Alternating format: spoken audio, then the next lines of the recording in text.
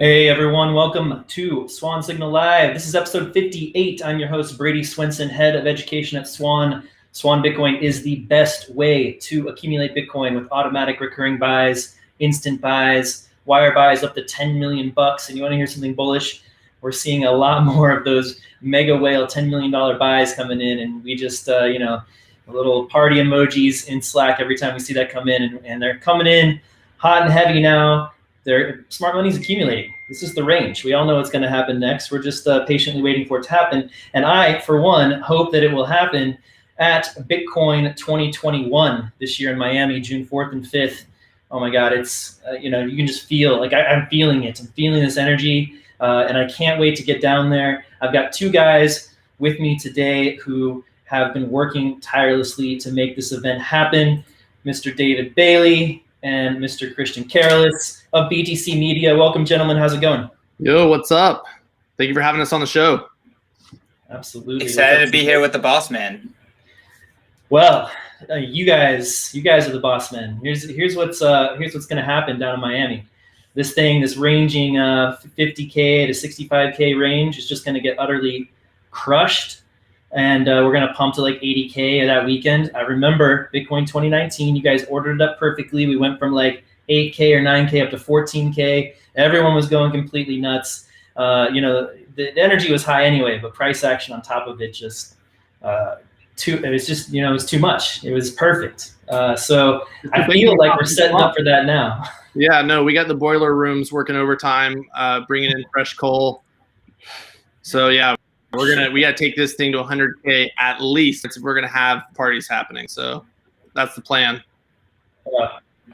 It's going to be amazing. CK, what are you feeling? You feeling a price pump coming in next few weeks? I got to get my 100K hat. Hold on 1 second. I'll be right back.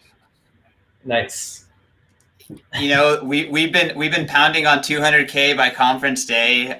Maybe I need to say 100K by conference day, but come on, we got to get six figures. Like, there's going to be way too much Bitcoin energy going on. And I mean, in general right now, like you said, smart money is accumulating. If you look on chain, like things are extremely, extremely bullish. So, I don't want to jinx this, but I really am hoping that the energy with Bitcoin 2021 translate into price action as well.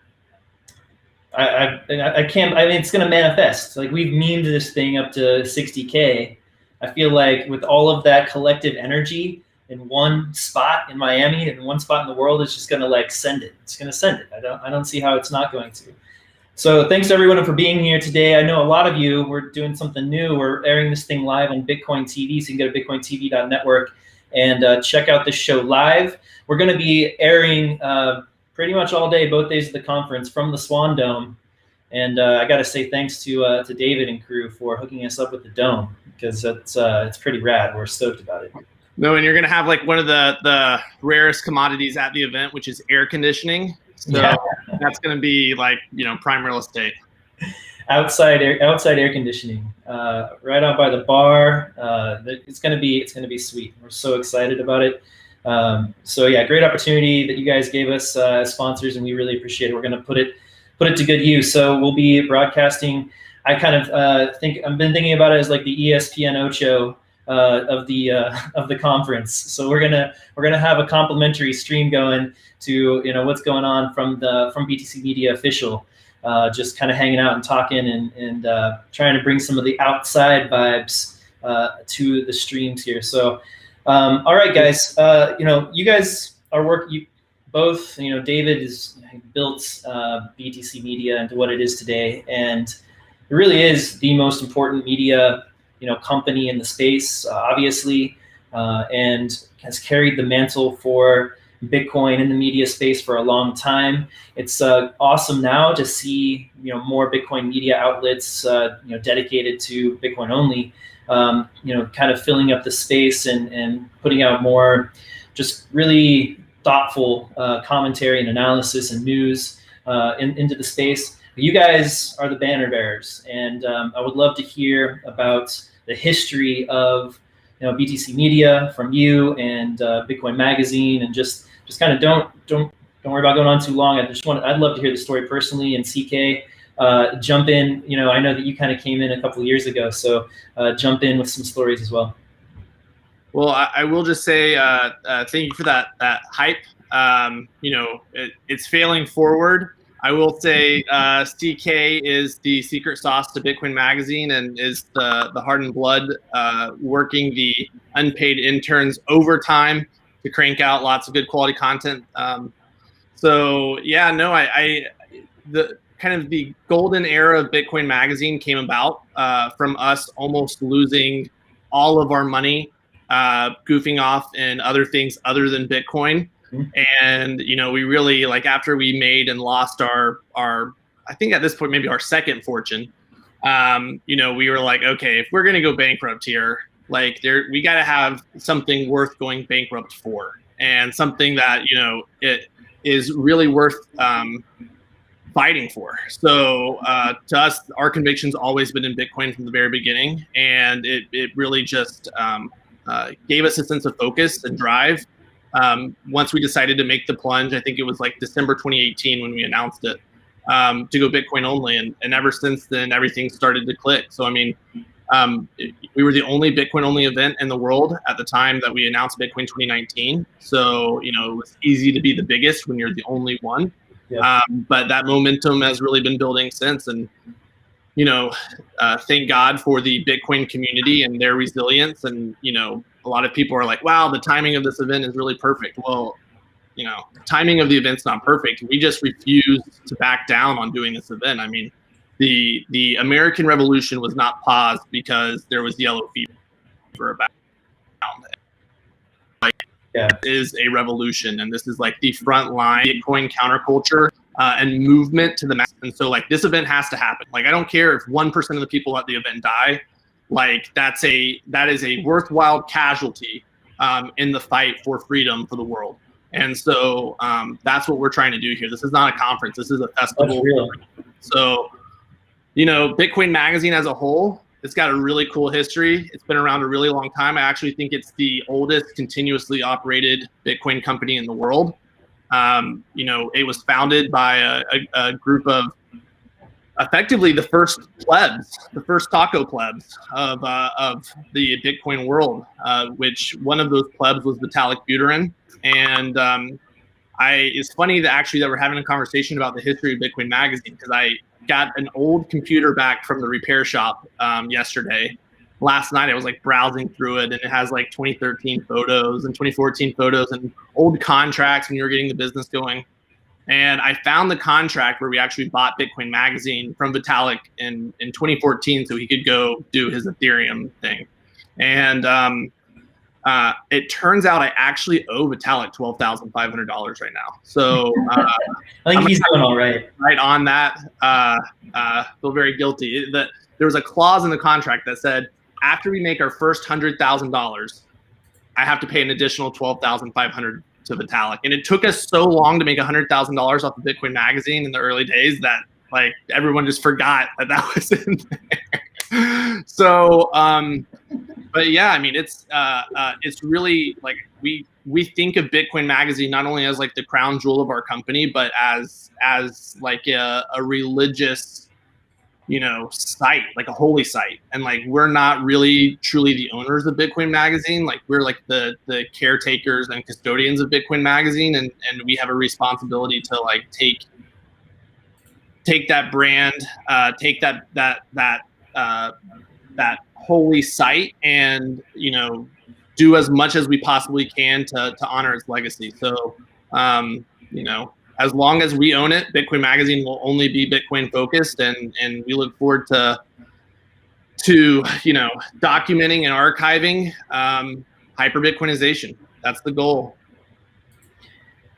Yeah, I remember when you all made the decision to turn back to going Bitcoin only, and that was it was a big deal. I'd been in Bitcoin like a year and a half or something at that point, and there was this kind of big push for Bitcoin only, going kind of heading into that bear market. And there were several podcasts that were like considering, notably I remember like Peter McCormick was debating that, and the community was trying to push him toward going Bitcoin only, and he eventually did, and then Bitcoin Magazine did, or I don't remember which happened first, but they were big. It was a big deal, right? And it confirmed that, look, this is going to be an industry. It's not going to be a crypto industry. There's going to be, or not just a crypto industry. There's also going to be a Bitcoin only industry. And another banner that has been carried by Bitcoin Magazine, and definitely really appreciate it, because I can't, there's like CoinKite, kind of comes to mind as a Bitcoin only company that's been carrying the banner for a long time, but there's not that many. And since you guys made that switch, we've got Swan obviously is a Bitcoin only company, River, Fold, Casa, Unchained, so you've got quite a few Bitcoin only businesses that have emerged and are building this industry. And so I think it was a turning point in the middle of this past bear market that, hey, we're going to give birth to this Bitcoin only industry, and it's going to be a thing. Well, it's kind of funny, like Bitcoin only, when Bitcoin got started, there was only Bitcoin. And every other project, even Ethereum, it was a child of Bitcoin. Like it was just like a little fringe offshoot of Bitcoin, but it was still Bitcoin. And so everyone accidentally kind of became crypto rather than just Bitcoin, because they didn't really differentiate that the ecosystem was more broad. And so, it kind of just happened that way. And then I had a conversation with Aaron Von Wardem from our team in, I think, July or June of 2018. And he was like, what happens in Bitcoin reverberates throughout all of crypto. If Bitcoin has a scaling problem, every protocol has a scaling problem. If Bitcoin's working on, smart contracts, or every protocol is working on layer 2 solutions. And so, if we can't be the best at everything, then why don't we just focus on the thing that we love, that we have the most conviction in, that really has influence over every other protocol? And he was 100% right. And that was really our kind of thinking change of like, all that really matters is the innovation happening in Bitcoin, and everything else is downstream from that. And I think a lot of companies are waking up to that. I mean, this is part of the goal of what for the conference, is to really kind of show businesses what they're missing out on by not being focused on the Bitcoin community and the Bitcoin technology. And I think Unchained is the perfect example of a company that, they're a custodian, they're in the custody business. There's a lot of companies in the custody business, but they're the only company that I'm aware of, other than maybe Casa, that is focused specifically on Bitcoin custody, which means that they're building a custody product that uses multi-sig. Whereas if I'm running on Ethereum or any of these other protocols that don't have native multi-sig built into it, then my custody solution looks totally different. And so people are taking a custody solution that they build that's like technology agnostic for all of these protocols, but is really inferior to what a Bitcoin only custody product would be. And they're kind of building an inferior product for the entire marketplace. And Unchained being like zoomed in 100% on like, hey, we're just here to service Bitcoin, has really given them like a competitive advantage, and they're way far beyond where any really other custody business is as it relates to storing Bitcoin. So, it's that insight, I guess, is something that's not 100% obvious to people until you really start, examining it closely, and that's what we hope happens from this event. Yeah, that's really well said. CK, you came in when did you join Bitcoin Magazine? So I learned about Bitcoin in, I think it was like September or October 2017, and then I joined Bitcoin Magazine February 2018. So it did not take me long to like get orange pilled, quit my job, get a Bitcoin job. So I was very eager and determined to work in the industry, and I've been absolutely loving it every day since. Either I'm doing something that I hate, or if I'm doing something that I love, like the fact that I just get to wake up in Bitcoin every day, and I've been doing that for like 3+ years now. Like it's pretty freaking awesome. And I mean, building Bitcoin 2019, that was amazing to see like the roots start there. I've really had like taken a step back from Bitcoin 2021 just because I'm leading things over at Bitcoin Magazine. But the thing I love most, and I've been getting this feedback a lot from people who are entering the space now, is that, you you enter the space, what's the first thing you do? You start looking for like the crypto news sites. You go in on Cash App. You're jumping onto YouTube. You're seeing Swan Signal. You're seeing a lot of different like inputs. But there's something about Bitcoin Magazine and like the news, the news written website kind of medium that has a level of credibility that's added to it. And the fact that Bitcoin Magazine has the history, has the brand, has the credibility, and then we are going and we are not only covering what's happening, but we respect Bitcoin in the way that we cover it. And we're saying Bitcoin is different. These other things are not the same as Bitcoin. Like that is something that people notice. And a lot of people have been coming up to me, especially plebs, saying like, I entered in the space, followed CoinDesk, Cointelegraph, The Block, Bitcoin Magazine, and Bitcoin Magazine is what orange pilled me into Bitcoin maximalism, into Bitcoin only. So the fact that Bitcoin Magazine can act as the top of the funnel for the Bitcoin only industry is like just absolutely what we're trying to do here. And we're trying to give a voice to the plebs. Like I keep saying to my team, like respect the plebs. Like the plebs are what built Bitcoin Magazine. And it's amazing to kind of hear David talk about Bitcoin Magazine in 2013 as being like a pleb periodical. And yes, those people who started it left and did something else, but it was taken on by other plebs, and we're just keeping it going. So, I love that I get to just be the pleb leader of the mag, and I love like literally trolling Twitter and finding, Bitcoiners that have something to say and giving them a platform. And dude, CK, how much have you grown the team? I mean, traffic in the past month, all-time record traffic, but I mean, I feel like we've grown like the diehard Bitcoiners on the team full-time at Bitcoin Magazine, like what, 5x since you've taken over? Yeah, I mean, just hiring Bitcoiners again, and like, I think I actually took a note from the Swan playbook. Is like Swan is just like only hiring diehard Bitcoiners, yeah. And that was just a clear signal that that's the right thing to do. And as soon as we started like exclusively hiring diehard Bitcoiners, things really started like tightening up a lot. And honestly, like David and we both take a lot of pride in literally paying Bitcoiners to Bitcoin and paying them in Bitcoin, right? Like nothing makes a Bitcoiner happier. Nothing makes us happier. And every time we pay you in Bitcoin, we are burning dirty fiat to do it. So it's really is awesome. Yeah, definitely appreciate the burning dirty fiat and turning it into Bitcoin. In fact, if you go to webuydirtyfiat.com, it'll take you to a website that will burn your fiat and give you Bitcoin. So yeah, it's an important job. Somebody's got to do it. Someone's got to take the fiat, and give you the Bitcoin. It's not an easy job necessarily to take fiat and give out Bitcoin, but somebody's got to do it. Yeah. Somebody's got to do it. Can we go back and talk a little bit about the founding, like the early days? And you alluded to David about the Bitcoiners in 2013.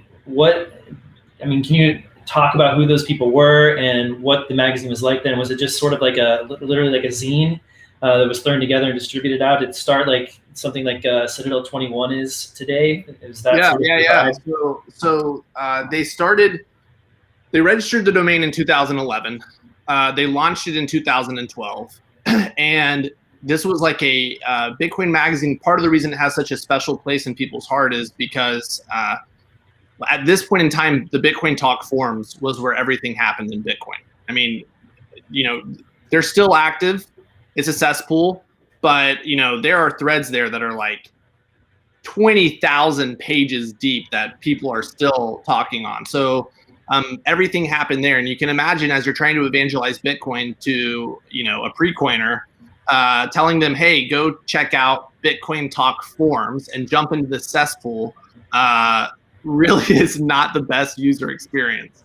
And so Bitcoin Magazine really came about as like, hey, the community needs an information outlet that's credible, that's technical, that gets the counterculture, and that we can distribute this thing in physical form, and we can put it in bookstores. I think it was at Barnes & Noble was the initial distributor for it. And it's like, Bitcoin is real, people. Like, we have our own magazine. And so that had like a special place in the hearts of, this emerging community that definitely had a chip on its shoulder about whether or not Bitcoin is real money or is it just fake internet money? So that's how it started in 2013. So I didn't get involved in Bitcoin until November 2012. And so, when I first got started in Bitcoin, BitcoinMagazine.com was like the definitive source of information. I mean, a lot of topics that are just like completely core to Bitcoin were discussed for their first time at BitcoinMagazine.com in the comments section. And Vitalik was pumping out tons of content. So, it wasn't until I think mid 2013 that CoinDesk came around, and for a solid year and a half in the very formative kind of period of Bitcoin, Bitcoin Magazine was all there was, and it covered the scams, the technology, what is the intrinsic value of Bitcoin. It's really interesting to go back and read through the old archives of content to see what was just totally off base and what was spot on. And we have a section on BitcoinMagazine.com called the Best of Bitcoin Magazine. Highly recommend people checking it out and kind of reading some of the history tombs. But we started BTC Media with a magazine called Why Bitcoin in 2013, which was evergreen content about what is Bitcoin, why does it matter, how do you buy it, how do you store it, what is Bitcoin mining, just the basic questions that everyone asked again and again and again. And so we distributed several 100,000 of those magazines in 2013. From that experience is how we kind of built the relationship with the Bitcoin Magazine team. And when Vitalik and Mihai started working on, a Bitcoin 2.0 project, which at that point in time didn't have a name, we were like, yo, we will take over Bitcoin Magazine for you. So we brokered a deal. It's a laughable amount of money today, but back then it was a fortune for us. And we bought it. The owners at the time were Tony Glippy from BitPay, Stephen Pear from BitPay, Vitalik and Mihai, Charlie Lee of Litecoin, Josh Zerlin of Butterfly Labs, Trace Meyer, who doesn't need any introduction, and I'm forgetting one or two other names. I mean, the old school guys, and they all had invested $5,000 in the business, which at that time, $5,000 was not chump change. I mean, that was $5,000. So, I mean, I think when everyone was broke in Bitcoin, it made everything much more fun, much more open, much less stressful, much more focused on the core message and roots of Bitcoin, because there wasn't this incentive to go out there and, create your new altcoin or create your own protocol so you can, harvest as much money as possible. So it was a good time, and people were very open and available and just loved to talk Bitcoin.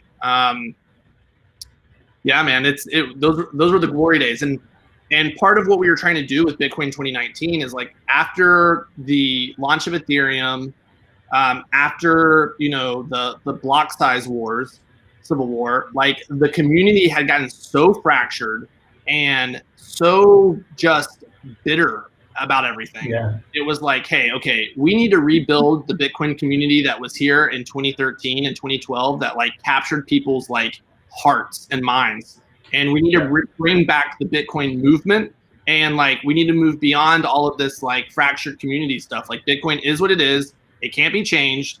Like, layer one is ossified, whether you like it, love it, hate it, whatever, it doesn't matter. It is what it is. And then, like, let's, like, focus on the future. Like, let's bring Bitcoin to the masses. Let's focus on hyper Bitcoinization. Let's take all the cool things that people want to do with Bitcoin and figure out how to build them without having to hard fork Bitcoin. And in the hearts of every single altcoin founder that's out there, maybe not the most recent ones, but, like, at least all the OG altcoin founders, whether that's, Vitalik or Joe Lubin or Anthony Diorio or Gavin Wood or Charles Hoskinson or Charlie Lee, they're all diehard Bitcoiners on the inside. Like, that's the dirty secret. They all love Bitcoin. They all consider themselves Bitcoiners, and they're very far down this path of really kind of sucking away talent, energy, money away from the Bitcoin protocol, rather than giving back to it. And you know, our hope is that if we can rebuild the Bitcoin movement, rebuild the Bitcoin community, show a path forward for how Bitcoin can really scale and grow to be, you know, sound money for the world, that, you know, these people that are, you know,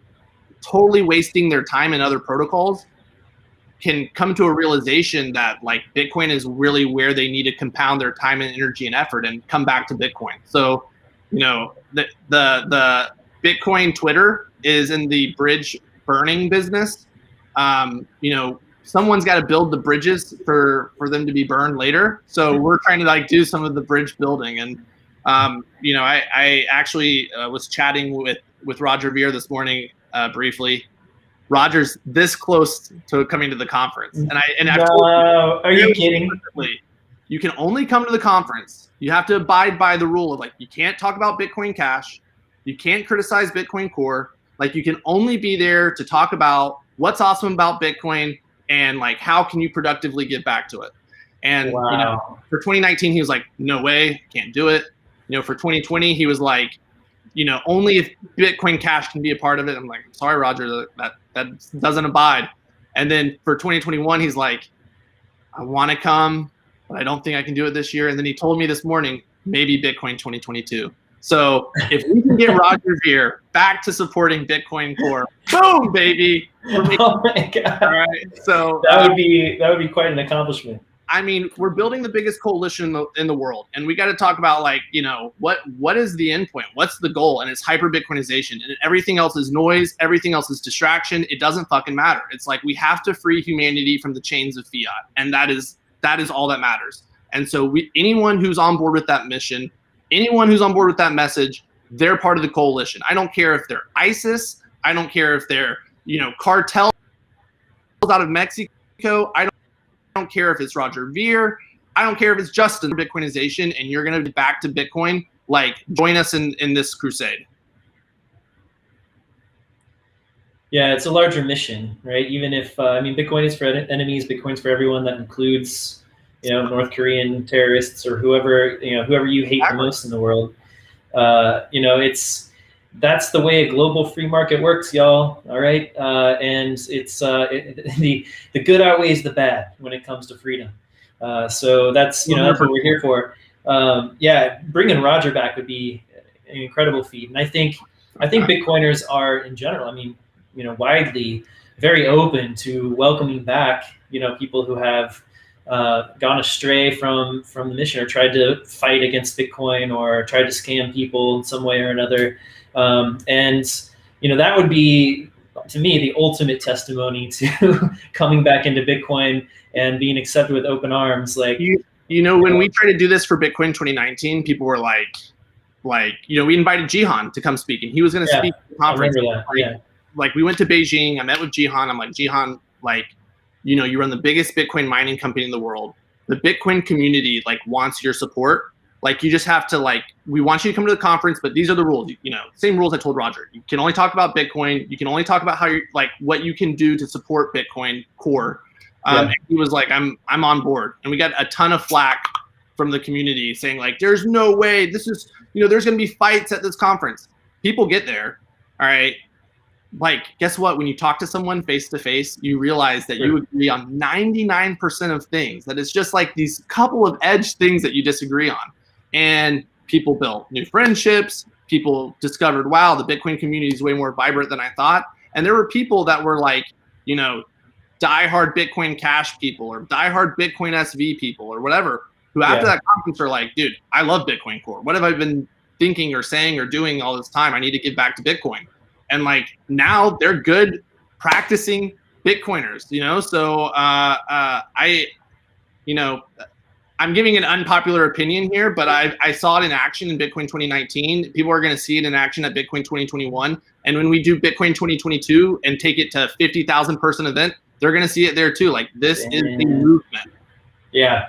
Yeah. People are, I mean, just in general, a lot different in person than they are in their online personas, but in particular Bitcoiners, because it does get really chippy on Bitcoin Twitter. And, there is the toxicity against scammers and just like zero tolerance for that kind of stuff. Which there should be. But then it bleeds over into getting personal and there's people who just end up enjoying like just flame wars for the sake of it or whatever. And which is fun. Which is fun sometimes. Yeah. I'm not knocking it. Like there's a place for that type of stuff, but that's not everything, Yeah, and I had the same experience at Bitcoin 2019, and I came in and met a bunch of people who was in person. Personalities were just a lot different than I expected, to be in person. Some were exactly the same, but a lot of them were different. Yeah, I mean, it's just like, dude, we're not trying to build the Borg, we're not trying to make it where like all Bitcoiners are the same thing, the same person who says the same talking point. Like that's not what Bitcoin's all about. Like it's like Bitcoin is a shared set of ideas. And it's like, if you embrace that shared set of ideas, all the other parts of who you are can be radically different than who I am. That's fine. Like at least we have this common set of beliefs that we can collaborate around on. Yeah, exactly. Yeah. I want to jump in here. Like, I love that. There was an article actually written by George Mikhail on Bitcoin Magazine. I think it was around Christmas time. But the article is literally titled "Bitcoin is Common Ground." In a social distance world, Bitcoin is common ground. He just dives into like, as we're in this world where no one agrees on what reality is, Bitcoin is common ground, and Bitcoiners have that common ground. And when we can come together and agree on that Schelling point, at least what is money, like we start realizing that we can start collaborating now. It's almost like there's some social scalability that comes with it. Yeah, absolutely. Totally. So the Jihan Wu type story of this conference is Chamath Palihapitiya. Can you give us any insight to what happened with Chamath pulling out at the conference? Yeah, so I will, like I've said this on another podcast that hasn't been published yet, but we did not cancel Chamath.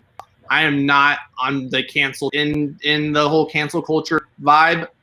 I'm a hard libertarian, and I feel like it's everyone's duty to be canceled. Basically, you need to cancel yourself as quickly as possible, so then we can move to post-canceled life, which is just So with Chamath, I made a decision, executive decision, that if you're not in prison or a fugitive of the law or have a direct threat on your life, that you have to be speaking at this conference in person.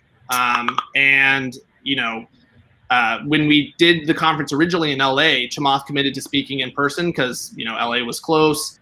We also had another speaker as well do that. Yeah. And then when we moved it to Miami, it was like, okay, well, you moved it to the other side of the country. And also like, there's still a lot of uncertainty around, what the COVID situation is, et cetera. So I'm not saying I won't speak in person, but I'm just not going to confirm one way or the other. And then when it came down to the gun, they were like, Chamath, Kathy Wood, and Anthony Scaramucci all wanted to do virtual presentations. So I told our head of programming, hit them up, let them know. If they can't commit to coming in person, we'll do it at Bitcoin 2022. But, we're opening back up the economy. We're opening back up the world. And we need people at the front lines. And so, Chamath didn't want to commit to that. So we'll see you at Bitcoin 2022 instead. Fair enough. I remember the only virtual speech at Bitcoin 2019 was Edward Snowden, which who fits that criteria. So it's a high bar to go virtual. I mean, and it's been a really a sticky challenge for us to deal with. But if you're calling in from a prison cell, you have a great excuse for why you need to be virtual. Otherwise, it's like, dude, are you part of the revolution or are you not?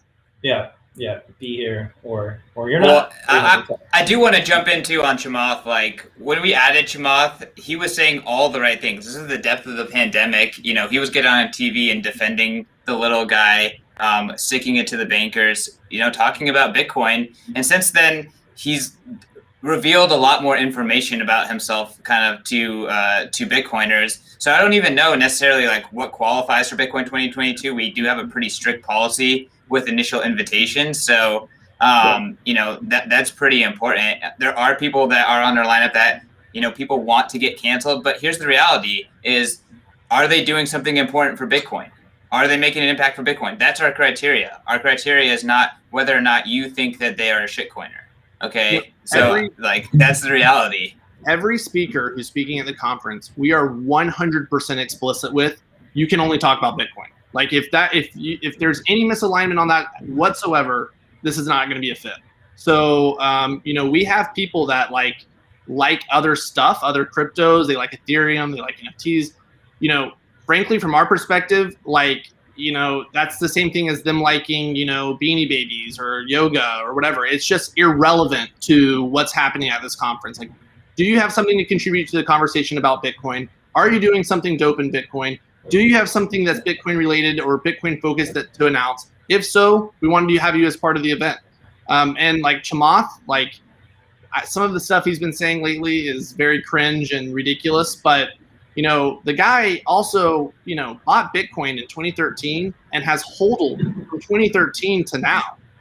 You know, a lot of people who are out there saying like, oh, well, I'm a real Bitcoin and Chamath's not. They could barely hold for 6 months, you know? So like Chamath at the core gets something about Bitcoin, but he's definitely on his journey to understanding it. And I feel like anyone who claims like there isn't a journey, an intellectual journey that you have to go down to really get why Bitcoin only, why hodl, you know, they're just kind of being a little bit disingenuous. It's like reading a tweet thread that makes you say, hey, I'm a Bitcoin maxi, is not truly understanding the intellectual background for why you should be Bitcoin only. Like they're not the same things. So anyway, I'm very revved up on the cancel culture stuff. It's like Bitcoin is supposed to be uncancelable money. It's supposed to be fuck you money. And like, and the community sometimes wants to act like, oh, it's only fuck you money as long as you say what we want you to say. And like, I agree with those things too. You know, fuck everyone. Yeah, it's true. Yeah, and I keep jumping in here. I'll let you jump in, Brady. But I think one of the most amazing things about Bitcoin is that it is uncancelable and it is uncensorable and it is permissionless. And guess what? I can hate how blockchain.com manages their wallet. I can hate that whatever is tokenizing Bitcoin and putting it on Ethereum. I can hate that Coinbase is holding on to X amount of Bitcoin. I can hate that PayPal has created a walled garden. But the reality is Bitcoin is a permissionless platform for them to do whatever the F they want. And it doesn't matter what Bitcoin best practitioners think, right? That is a fundamental tenet of Bitcoin. And guess what? I can hate that people gamble their Bitcoin on shitcoins. But guess what? Bitcoin's permissionless nature enables that in the first place. So I think it is something to understand about Bitcoin is to accept the reality that uncensorability, permissionlessness creates the ability to do things that you're not going to necessarily like. Getting wrecked and losing your Bitcoin, gambling on the shitcoin, is part of the intellectual path to understanding why Bitcoin only. If you've never been wrecked, you don't understand why you need to avoid that stuff like the plague. So, I did not come to Bitcoin maximalism because I'm a genius. I came to Bitcoin maximalism because all my naivety, all my hope, all my wishful thinking slowly got ground out of me after bear market after bear market after bear market. And, I was just reduced down to a puddle that is Bitcoin maximalism. And I feel like that's the path to enlightenment, Yeah, I hear that. I mean, conviction is a hard thing to develop in a lot of people. I do envy some of those people who come in, now with this, infrastructure of education and material out there and thought analysis. It's very, just like lays things out from first principles and makes it pretty easy to understand in 10, 50, 100 hours or something like that. And, they just come and speak like, I'm full-on Bitcoin maximalist. I understand completely what you've all been through and what you say to me. And we're like, great, that's great. Makes me a little jealous, that you got there that easily. Even still, awesome. Nothing replaces experience. Dude, nothing replaces experience. It's like World War I. You got a brigade of troops coming back from the front lines. They're tired. Yeah. They've seen their best friend shot next to them. They're muddy. They have some like mental disorder now from what they've witnessed. and some fresh green troops come off the train tracks, and they're like, "We're here to win the war, yeah. Guys! Like we're gonna go beat those guys." And then tagging out. it's just like, yeah, okay. So talk's cheap. Talk is cheap. Battle scars, experience. That's what really builds conviction. You gotta hold through. Friar Haas McCook says you gotta hold through at least 2 bear markets before you're a true Bitcoiner. Then you know for sure. I've only had 1 bear market, and I've been poking at Haas because he's been saying some grumpy wumpy things on his Twitter page. Haas, stop being such a grumpy wump. This is the beginning of the bull market. None of this BS, man. Slap out of it. I don't know what y'all are referring to. Who is this? He's protecting himself. You're not on Twitter anymore. Haas McCook. He's a Bitcoiner from Australia. Big proponent of dollar cost averaging, and he was like beating that drum for a very long time. And there's a lot of companies now that are offering as a service. Of course, Swan is. So he was an inspiration for Swan actually. And he's a good friend of like Gigi, who you might know. And yeah, so he's been through 2 bear markets, and I've done a podcast with him where he kind of goes through excruciating detail. Like he had a particularly difficult path because he bought like the tippy top like a couple of times, just got crushed. Yeah. So anyway, but yeah, you go through 2 bear markets, that you're gonna go through anything. So but yeah, I agree with you guys. Like it's quite a spectrum of Bitcoiners and maximalists, and it's freedom money, it's fuck you money. So those guys who have their purity tests, they're allowed to have that too. Totally. And we're all here. We're all here for all of that. And, dude, I will say the pleb army keeps people honest. I mean, it really does. Exactly. Like I can tell you every single time that we're confirming a speaker, and we think that there's controversy, there could be controversy around it. We are saying, okay, what's our editorial guidelines? What's our ethos? What's our like our framework? Like we're like making sure that when they come for us, that we're able to say with total transparency, this is why we did this, and this is why we're not backing down. And like that's how we should be thinking of stuff. So I mean, if the pleb nation wasn't there, then it'd be way too easy to just rest on your laurels. It's like a conscience, and the pleb standards do make a big difference. It's not just being shouty on Twitter and getting an outcome. It's setting a high bar for participating, in the Bitcoin space. And like I am absolutely, I consider myself a pleb too, and I am absolutely part of that. I do have a high bar for people who are participating in Bitcoin and trying, in terms of honesty and just their approach in general. I just draw the line at people being, bitchy because they want to be bitchy, and you find it fun to be, mean to people, right? Well, there's the carrot and the stick. And if you only use the stick, then you just drive people away. So you got to have both sides of it. And but people use they use the stick, for just like personal reasons or whatever. Yeah. It just devolves into name calling, like middle school food fights, and it's just like, okay, I'm done with this. Mute. And once you get rid of like those, it's not that many. Once you get rid of those, then then there's good discussion, and it's it's logical. Like here's why this is harmful. Why you've got to stop doing this. Well, CK brought up the company blockchain.info, or they like to be called blockchain.com now, but it's blockchain.info. And they're someone who has rightfully so, drawn ear from the Bitcoin community for being very slow to adopt, for example, SegWit. People have been complaining about this for a really long time. We created the conference. They wanted to be a part of it. We said, hey, we will give you a platform, but you got to do something for Bitcoin, something great for Bitcoin. And so it was like, hey, we're going to adopt SegWit. That's what we're going to announce. And it's like, okay, that's going to bring down, they did the analysis. It's going to bring down fees for the entire network, almost 20% if they moved all of their wallets to SegWit compatible. And so like, that's a massive win for the entire ecosystem. And all that had to be offered was a little bit of a carrot rather than like, purely just the fu blockchain.info. You know, no one likes your wallet. I won't mirror the criticisms, but you know, so I like the companies. They do want the community to support them and love them. Like they just need to be shown the way. Like they need a baby Yoda to be like, this is the way. Or I guess this is Amando. It's Amando that's Amando. Yeah.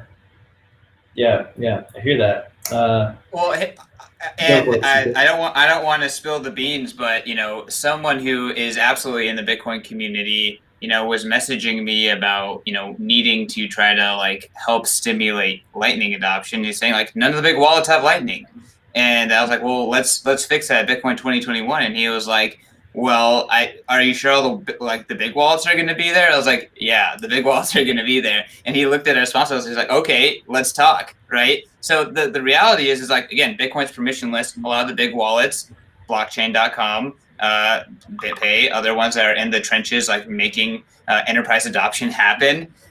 They are using Bitcoins in ways that are suboptimal. They're not according to best practices, and they're straight ignorant to it. Like straight up, they're ignorant. So while, you know, people think it's malicious, they're ignorant. But at Bitcoin 2020, because we open it up to like anyone who's touching Bitcoin can be here, we can actually have those conversations. And, you know, again, whatever you want to say about a toxic environment or not toxic environment, Bitcoin 2019, that same ethos, that's where Swan was born. That's where a lot of these companies that are like the class of 2018, 2019 companies really, you know, met together for the first time, broke bread. And I think that that's a beautiful thing. And I'm excited for what's going to happen, because I really do think that there's going to be like big second and third order effects from this next order of magnitude bigger event. Yeah, absolutely. Absolutely, undoubtedly. I mean, you know, just I'm one small anecdote, proof of that. I went up to Bitcoin 2019. I had just launched a podcast like 6 months earlier, and I wanted to meet everybody who I'd been talking to, and CK invited me up to dinner on his rooftop and met, I met Brandon Glidden up there, who I work with every day now. I saw at the conference, I saw Corey Clipston pitch Give Bitcoin. Jan Pritzker was there. Jan and Corey talked there, and Corey started recruiting Jan to be part of, to be a co-founder of the company that eventually became Swan Bitcoin. So it's absolutely true. Like, a lot of those connections that we made in the industry were made there. And if as a Bitcoiner who is, Chris, CK was just talking about how, we're hiring from Twitter and we're hiring exclusively Bitcoiners. And like the resume you put out there is like, what have you done for Bitcoin? Is it some educational thing, some coding thing? Just writing threads or like being on Twitter, looking at charts or whatever and analyzing them for whatever it is, you put something out there and it gets noticed. Yeah, that's your resume. That's all. It's all that matters. It's all that matters. Like, in fact, we agree, throw that trash out the door. Like, we're going to have to unteach you all the bullshit that they shove down your throat in college. We want people who take the initiative to go build dope shit, and their work speaks for itself. I mean, that's your fucking resume. Right. So if you're out there doing that already or thinking about it, you're gonna get fired up to do it now. Get down to the conference, because then you're gonna meet everybody, and then you're gonna make those connections. So even if you haven't started doing that yet, get down there and start making those connections. You're gonna get fired up. You're gonna really fired up. So then you're gonna want to go and do something about it. Do something with all that energy and those connections you've made, and it's a life changer. And this is an inflection point for Bitcoin. I mean, this is a real industry. It's a legit industry now. So there's going to be a lot of jobs for Bitcoiners in the next, 1, 2, 3, 5 years moving forward. So, for me, Bitcoin 2013, like I made the decision to go all in on Bitcoin, to, spend, at that point in time, I had no professional career basically. So just to put everything I had energy wise, focus wise, in on the ecosystem. And dude, it's hard to make that jump when everything is just through a computer screen. But when you like meet people and you're like, wow, there are brilliant people, making this happen. You realize that this is not just like a fad. This is an inevitability. Like, this is a movement of the brightest minds in the world, putting all of their time and energy to make hyper Bitcoinization real. So, what better way to spend your time and your day than to free humanity from its chains? Love the mission, man. I love the mission and how you keep bringing it back to that. All right, we have about 10 minutes left or so. I want to hear some more details about the conference. Let's just get hyped up. Tell us what it's going to be like. Talk to us about what it's taken. Well, let's start here. Talk to us about what it's taken to get here. All right, because it's been a slog for you guys.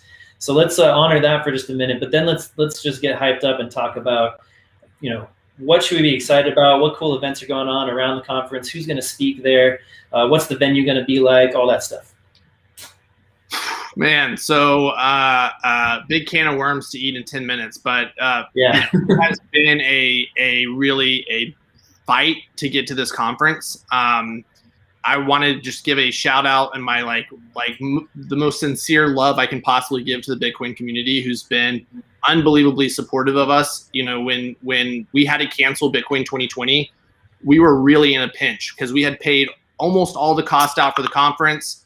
And we couldn't execute the conference. Like literally all events were banned. So, if we had to do refunds for everyone, it would have really been tough. And almost 99% of our attendees rolled their tickets over. 98% of our sponsorships rolled their sponsorships over. And so I will never forget that support in kind of the darkest hour. And then since that moment, we've been nonstop battling to hold this conference as soon as we can possibly hold it.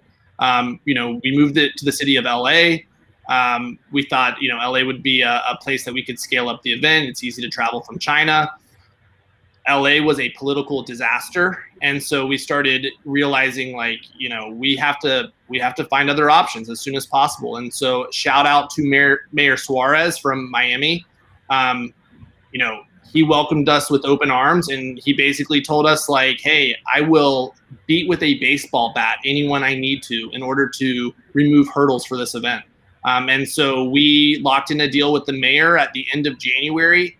We, traced out the minimum number of days we had to have in order to be able to execute. And then we've just gone full bore ever since. Eventbrite has told us we're the third largest in-person event in the world on their platform right now. I'm pretty sure we're the largest in-person event in the United States right now. And this is also morphed into something that's bigger than just hey, Bitcoin industry conference. This is really a conference that's about freedom and cannot be stopped by any army, any nation, any pandemic.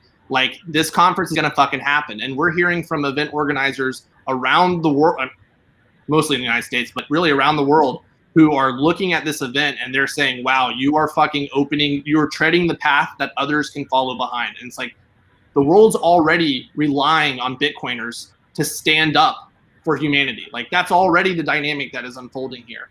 And so this conference has really morphed into a zeitgeist where, we have comedians and actors and athletes and porn stars and Saudi sheiks, Russian oligarchs, Chinese billionaires, tech VCs, developers, anarchists. I mean, it is the craziest hodgepodge of people from around the world that share this common belief in the potential of Bitcoin and in what sound money for the world means. And so, we are really trying to export that idea and the Bitcoin culture to all of the attendees. And that means our everything to our stage names. I mean, one of our stages is the end of fiat stage, the stacking sat stage, to being able to use Bitcoin. So everything at the conference is Lightning enabled, everything from the store to the arcade games, to the coffee stand, to the food trucks, to the bars. It means, kind of showcasing,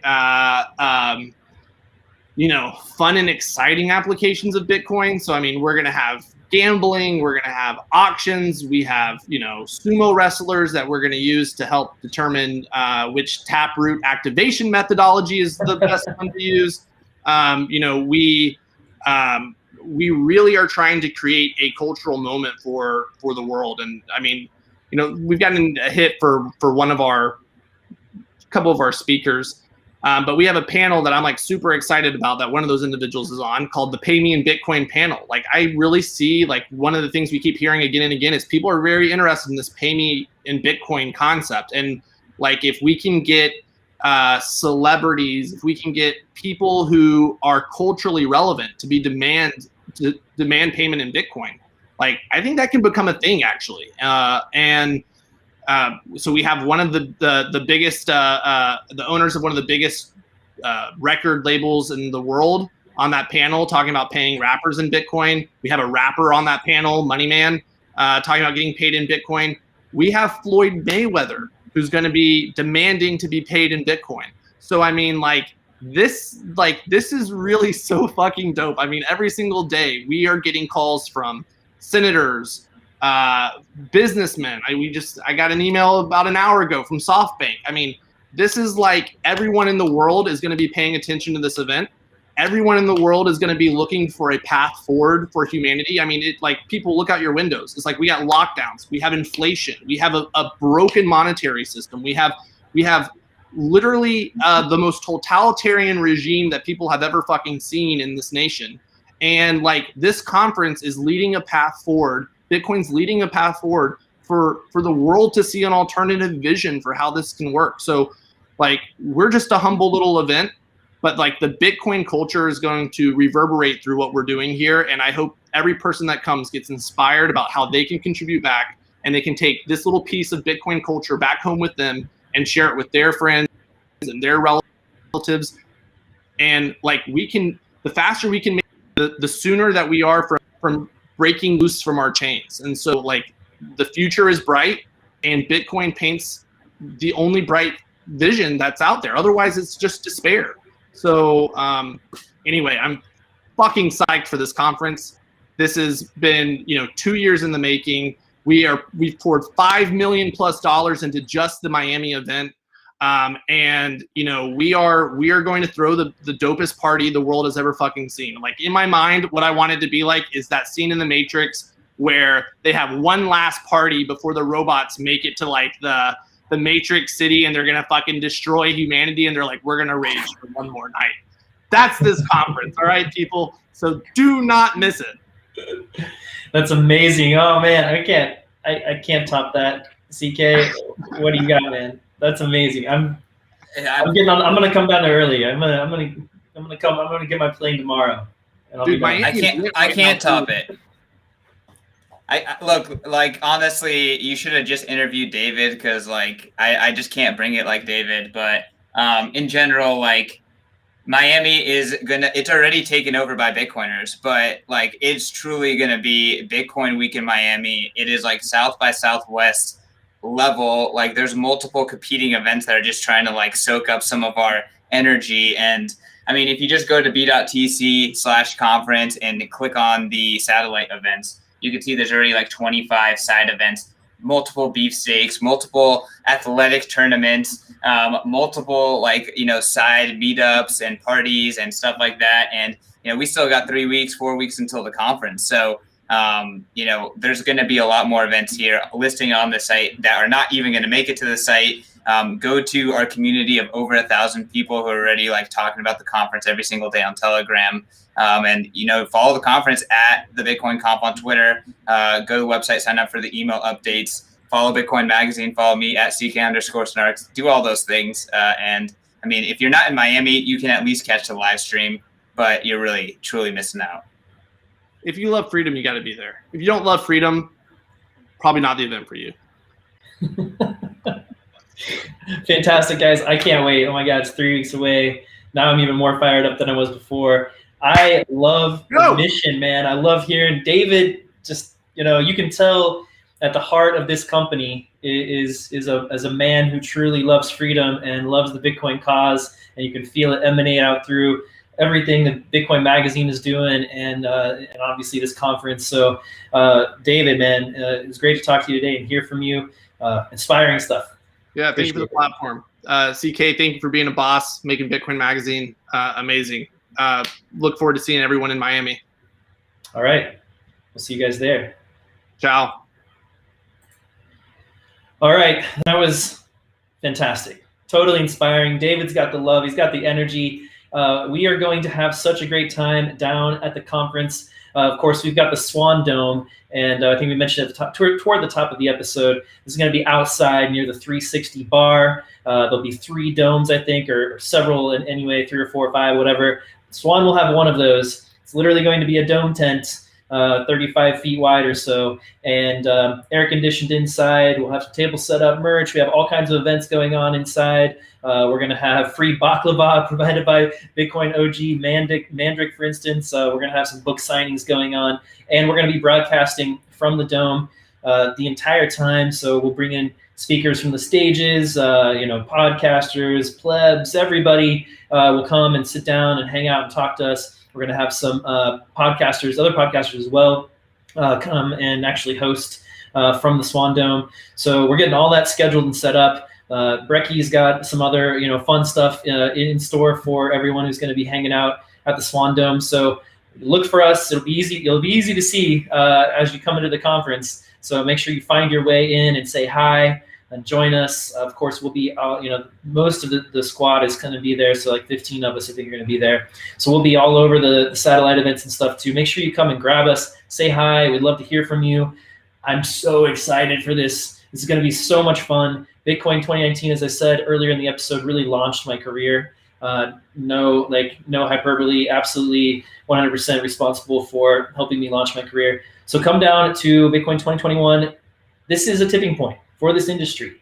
So you're going to meet the heavy hitters, the players, and everybody who you'll be able to network with and build for your future, hopefully in a professional way. So got to be there. Before you do that, make sure you set up your stacking plan at Swan if you haven't yet. This is the way we get to freedom, everyone, all right? Slowly but surely. It doesn't come easily. We've got to fight for it. So when you're stacking sats at Swan, we make it easy for you to, in the sense of we'll execute everything, but it's still, the hard part is on you, right? To learn and to grow that conviction and to hold. So developing that conviction that you're going to do this 5, 10, 15 years, you're going to buy a little bit every week, every day, and you're going to commit to it for doing it for years and years at a time and hold on to it and be a part of what's happening here. So that's what we try to do here at Swan, is give you the service to make it easy to stack sats, make it easy to hold on to, and develop that conviction through educational materials and shows such as this one. So thank you so much for being here, everyone. I'll see you in 2 weeks for a great episode with Kenny Florian and Jessica Vaughn, 2 great Bitcoiners, one from the world of MMA. Jessica's a model, a photographer, a writer, and both of them have big audiences, and so it'll be fun to see if we can bring their 2 worlds together and have them talk some Bitcoin with those 2 big stars. So it'll be a lot of fun. Jessica Vaughn and Kenny Florian in 2 weeks. That'll be May 26th, just ahead of the conference. Then, of course, we have the 2 days of streaming on our YouTube channel from the conference. You can find that on Bitcoin TV. So we have our 24/7 stream Bitcoin TV. We're starting to put some of our live stuff on Bitcoin TV. Thanks for watching, everybody who's out there at bitcointv.network watching right now. Shout out to you all. So yeah, we're trying to make that feed even more valuable by bringing live content to it to complement the rotation of the best content, Bitcoin content in the world on that feed. We got about 4 or 5 days, I think now, of content that loops on that feed. But we're going to start putting in this live stuff more and more and grow that out. So thanks for watching on Bitcoin TV if you're there right now, and we'll get you back to the regularly scheduled programming.